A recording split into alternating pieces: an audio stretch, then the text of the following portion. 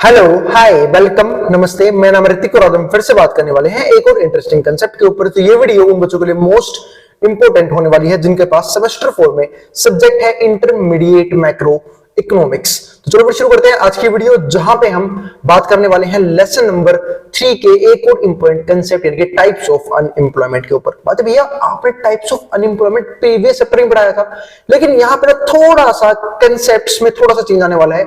इसे हम दोबारा पढ़ेंगे और यहाँ पे हम समझेंगे टाइप्स ऑफ इंपॉर्टेंट के कुछ इंपॉर्टेंट और फैक्टर्स को। आई बस मुझे, वरना मैं वीडियो नहीं बनाता।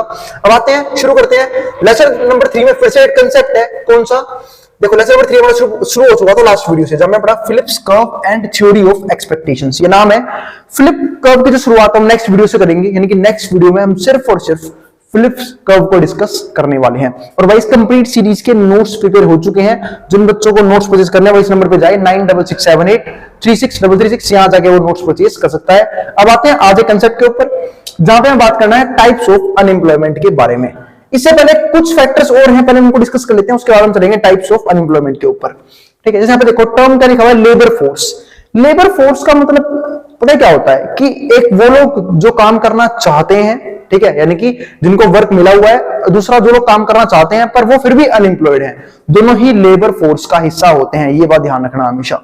आई बात समझ में? तो क्या बोला मैंने, लेबर फोर्स में क्या आता है कि जो लोग काम करना चाहते हैं, मतलब ठीक है, यानी कि काम करने के एबल हैं, वर्किंग केबल है, ठीक है। दूसरा जो लोग काम कर रहे हैं, ऑलरेडी एम्प्लॉयड हैं, एम्प्लॉयड है, यानी कि अनएम्प्लॉयड लोग और एम्प्लॉयड लोग दोनों मिलकर क्या बनाते हैं, वर्क फोर्स बनाते हैं। आई बात समझ में?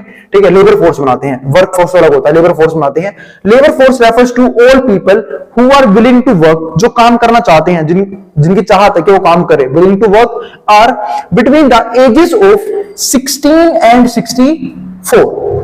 ठीक है, 16 से लेकर 64 तक की उम्र तक की इंडियन में बात कर रहा हूं मैं ये। ठीक है, therefore both employed and jobless people are included. इसलिए इसके अंदर क्या आएंगे, एम्प्लॉयड पीपल भी आएंगे जिनको काम ऑलरेडी मिला हुआ है, और जॉबलेस पीपल जिनको काम नहीं मिला हुआ है, वो दोनों ही क्या होंगे इस केस में, इंक्लूडेड होंगे।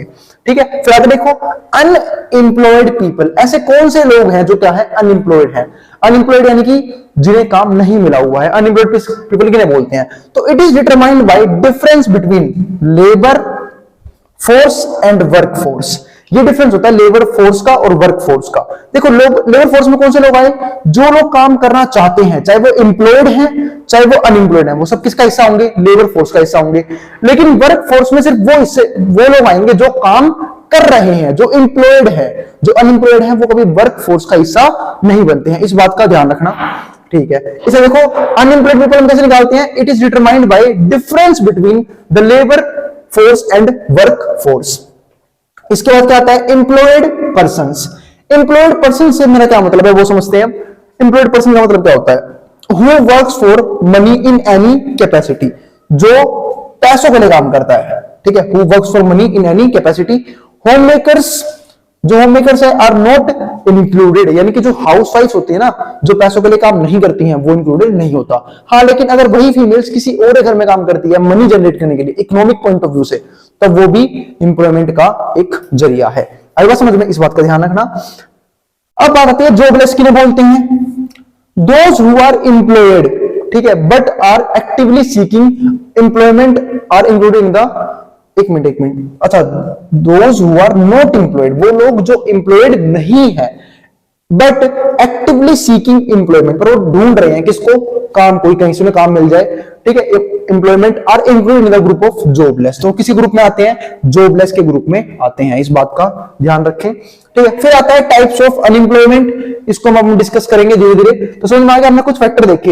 लेबर फोर्स क्या होता है, इसमें वो सारे लोग आते हैं जो काम करने चाहते हैं, जो काम करना चाहते हैं 16 से लेके 64 तक की एज तक। पर यहाँ पे ध्यान रखना, यहाँ पे वो लोग नहीं आएंगे जो ऑलरेडी रिटायर हो चुके हैं, या फिर जो लोग काम करने के एबल नहीं है, क्योंकि उनके हो सकता है कोई हेल्थ प्रॉब्लम हो, कोई इलनेस हो, कोई बीमारी हो, इसकी वजह से वो लोग इस लेबर फोर्स का हिस्सा नहीं बनेंगे। फिर मैं लेबर फोर्स के बाद डिस्कस किया employed people. Employed people, unemployed people वो पीपल होते हैं जिनको काम नहीं मिला हुआ है। ठीक है, और वो कैसे निकालते हैं, वो निकालते हैं लेबर फोर्स माइनस में वर्क फोर्स। लेबर फोर्स में दोनों तरह के लोग आते हैं, एम्प्लॉयड भी अनएम्प्लॉयड भी। वर्क फोर्स में सिर्फ वो लोग आते हैं जो क्या है, एम्प्लॉयड है। फिर हमने डिस्कस क्या किया, एम्प्लॉयड पर्संस, तो ये वो लोग हैं जो कहीं ना कहीं पैसों के लिए काम कर रहे हैं, यहां पे होम मेकर्स काउंट नहीं की जाती। फिर आता है जॉबलेस। जॉबलेस वो लोग हैं, ठीक है, जिनको काम नहीं मिला है, आर नॉट एम्प्लॉयड, पर वो फिर भी काम ढूंढना चाहते हैं। अब इसको हम समझते हैं, दो तरह के एम्प्लॉयमेंट होते हैं, वॉलंटरी और इनवॉलंटरी।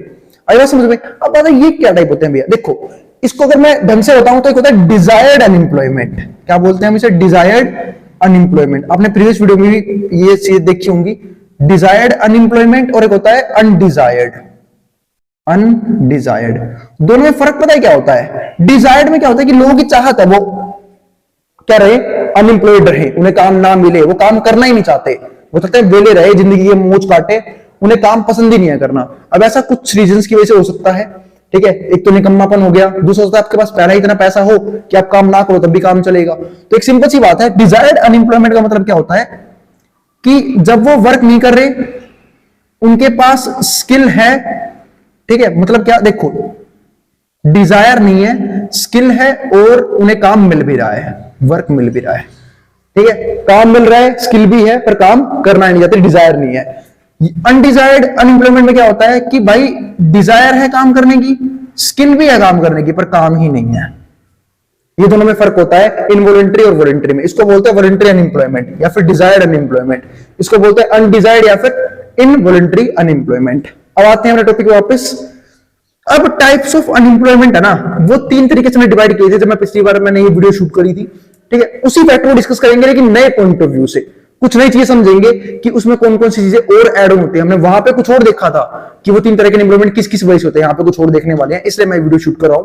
अब यहाँ पे देखो, पहला क्या है, फ्रिक्शनल अनएम्प्लॉयमेंट। अब फ्रिक्शनल अनएम्प्लॉयमेंट का मतलब क्या है कि हम सब जानते हैं जो पीपल्स है लगातार अपनी जॉब्स को चेंज करते रहते हैं, एक बेटर अपॉर्चुनिटी की ताक में रहते हैं कि जैसे ही मुझे एक बेटर अपॉर्चुनिटी मिलेगी मैं इस जॉब को छोड़ दूंगा और नेक्स्ट अपॉर्चुनिटी पे जंप कर जाऊंगा। इसके लिए वो नए नए स्किल्स एक्वायर करते हैं, अनएम्प्लॉयड रहते हैं ताकि वो नई स्किल्स को एक्वायर कर सके, ठीक है, ताकि उन्हें क्या मिले, बेटर जॉब मिले, बेटर सैलरी के साथ। तो यहाँ पे क्या लिखा हुआ है, पीपल चेंज जॉब्स फ्रीक्वेंटली, लोग अपनी जॉब्स जो है वो फटाफट चेंज कर देते हैं frequently, which causes it to happen, जिसकी वजह से ये होता है क्योंकि जब आप जॉब चेंज करोगे तो आप कुछ टाइम क्या रहोगे, अनएम्प्लॉयड, कुछ नई स्किल्स को गेन करने के लिए, कुछ नई स्किल्स को एक्वायर करने के लिए, कोई नया स्किल सेट तैयार करने के लिए, तो उसकी वजह से जो अनएम्प्लॉयमेंट जनरेट होगा ना उसको हम क्या बोलते हैं, फ्रिक्शनल अनएम्प्लॉयमेंट।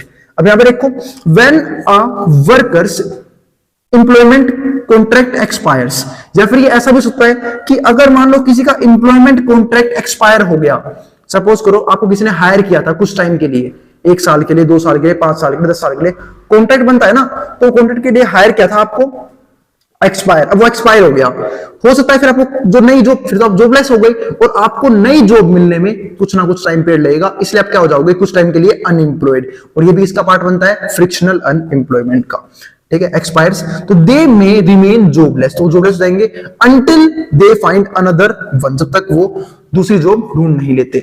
तो वहां पर हमने कुछ और फैक्टर डिस्कस किए थे इसके फ्रिक्शनल अनएम्प्लॉयमेंट, यहाँ पे हम कुछ और फैक्टर डिस्कस कर रहे हैं। In other instances workers move from one area to another, और कई बार ऐसा भी होता है कि जब वर्कर जो है एक एरिया से, workers move from one area to another in quest of better employment opportunities, ताकि उन्हें क्या मिले, बेटर अपॉर्चुनिटीज मिले। जैसे मैं आपको एग्जांपल देता हूं, लोग जो है रूरल एरिया, सबको पता होगा रूरल एरिया क्या होता है, जिसको हम बोलते हैं ग्रामीण इलाका, है ना, जहां पे गांव वगैरह होते हैं, ठीक है, रूरल एरिया छोड़ के किस में आते हैं, अर्बन एरियाज में आते हैं।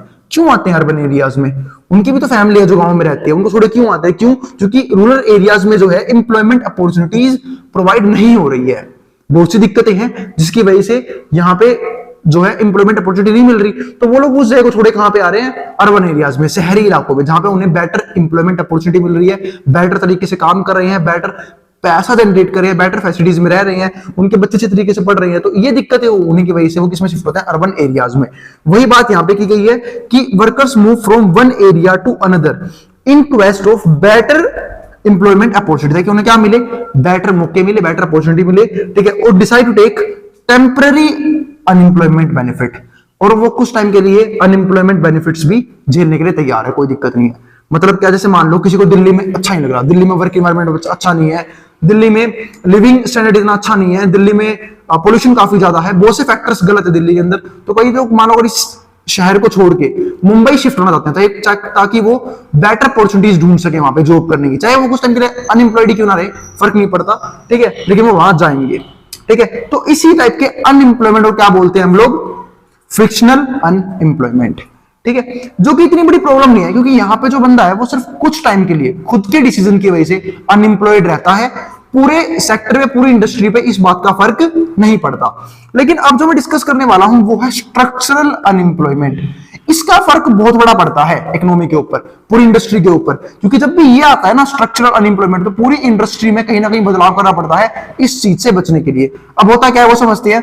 It is brought on by the imbalance between supply and demand. ये कब होता है, जब सप्लाई और डिमांड में इम्बैलेंस हो जाए। हमने वहां पे कोई फैक्टर डिस्कस किया था, यहाँ पे कोई फैक्टर डिस्कस कर रही है, ठीक है। तो क्यों आया इम्बैलेंस, किसमें आया, सप्लाई और डिमांड में, फॉर सर्टेन जॉब्स, कुछ सर्टेन जॉब्स की, मतलब कुछ नई तरह की। जैसे मैं आपको एग्जांपल देता हूं, ठीक है।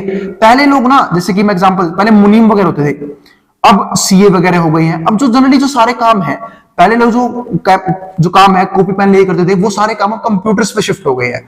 अब जिन बंदों को कंप्यूटर्स की नॉलेज नहीं है, जिन बंदों को टेक्नोलॉजी की करंट टेक्नोलॉजी की नॉलेज नहीं है, तो क्या उन्हें जॉब मिलेगी? नहीं, वो जॉब एक्वायरी, कोई एक्वायरी नहीं करेगा, कोई ना जॉब के लिए नहीं बुलाएगा। क्यों नहीं बुलाएगा? क्योंकि उनके पास नए टेक्नोलॉजी के चलाने की स्किल्स नहीं है। आई बात समझ में? तो इसकी वजह से क्या आया, चेंज आया, किसमें, जॉब सेक्टर में, कि जिन लोगों को वो स्किल्स आते हैं उनको जॉब मिलेगी, लेकिन जिन लोगों को स्किल नहीं आती उनको जॉब से निकाल दिया जाएगा। इस तरीके से बार बार इकोनॉमी में होता रहता है। जैसे कि फिलहाल देखो, अब एआई, आर्टिफिशियल इंटेलिजेंस अपने आप को बड़े लेवल पर डेवलप कर रहा है, तो जिन लोगों को उस चीज की अच्छी खासी नॉलेज होगी उन लोगों को फ्यूचर में जॉब मिलेगी, वरना बाकी को जॉब से निकाल दिया जाएगा, ठीक है। तो अब हमने क्या देखा, स्ट्रक्चरल अनएम्प्लॉयमेंट में it is brought on by imbalance between supply and demand for certain jobs. ये क्यों चेंज, ये क्यों आता है, मतलब स्ट्रक्चरल अनएम्प्लॉयमेंट क्यों आता है? क्योंकि कुछ जॉब्स की सप्लाई और डिमांड में चेंज आ जाता है। For instance there are currently many more engineer. जैसे देखो आप, आज के टाइम में इंजीनियर्स की हालत बहुत खराब है इंडिया के अंदर। क्यों? क्योंकि बहुत से इंजीनियर्स ऐसे जो बेरोजगार हैं, engineers and management expert seeking unemployment in India, क्योंकि इनको बहुत सी दिक्कतें आ रही हैं, इन्हें अनएम्प्लॉयड रहना पड़ रहा है, इतनी एजुकेशन लेने के बाद भी, इतनी पढ़ाई करने के बाद भी अनएम्प्लॉयड है, ठीक है, in India. Then there were positions available, ठीक है, जहां पे पोजीशंस भी अवेलेबल है लेकिन वो फिर भी क्या है, अनएम्प्लॉयड है, उन्हें जॉब नहीं मिल रही है। Many people with technical qualifications, जिनके पास क्या है, टेक्निकल क्वालिफिकेशंस है, बहुत सारी अच्छी अच्छी क्वालिफिकेशंस ले रखी है, बहुत सारे अच्छे स्किल सेट्स हैं, लेकिन अब उन स्किल्स की कोई भी डिमांड नहीं कर रहा, ठीक है। Have chosen from low skill professional. अब उन्हें क्या करना पड़ रहा है? अब देखो भाई, पैसा सबको प्यारा होता है, पैसा सबको कमाना है। अब दिक्कत क्या होगी, जब ऐसे लोगों को जॉब नहीं मिलेगी तो वो लोग उन जॉब्स को छोड़ के कहां पे जाएंगे, एक लो क्वालिटी की जॉब्स में, low skill professions as a result of this, ठीक है। फिर वो कोई लो प्रोफेशन चूज करेंगे जहां पे उन्हें सैलरी भी कम मिलेगी, रिस्पेक्ट भी कम मिलेगी, पर फिर भी उन्हें काम करना पड़ेगा। क्यों? क्योंकि उन्हें उस सेक्टर में जॉब नहीं मिल रही है जिनकी उन्होंने स्किल्स सीखी हुई थी।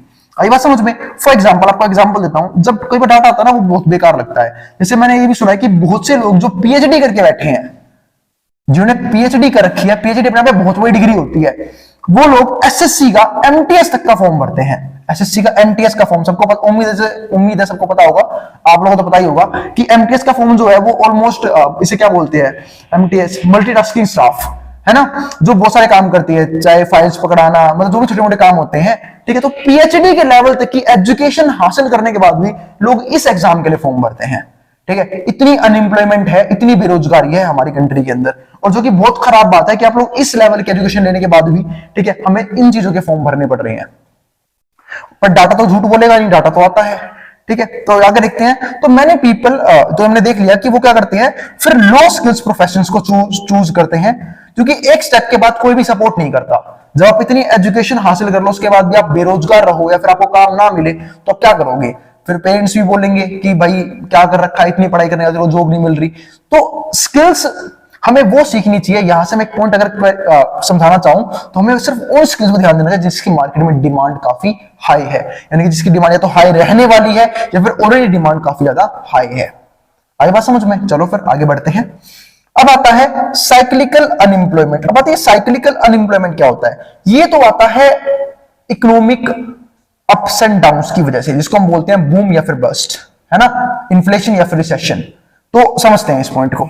तो it develops as a result of changes in aggregate demand. ये क्यों होता है? जब चेंज आता है किसमें? एग्रीगेट डिमांड में।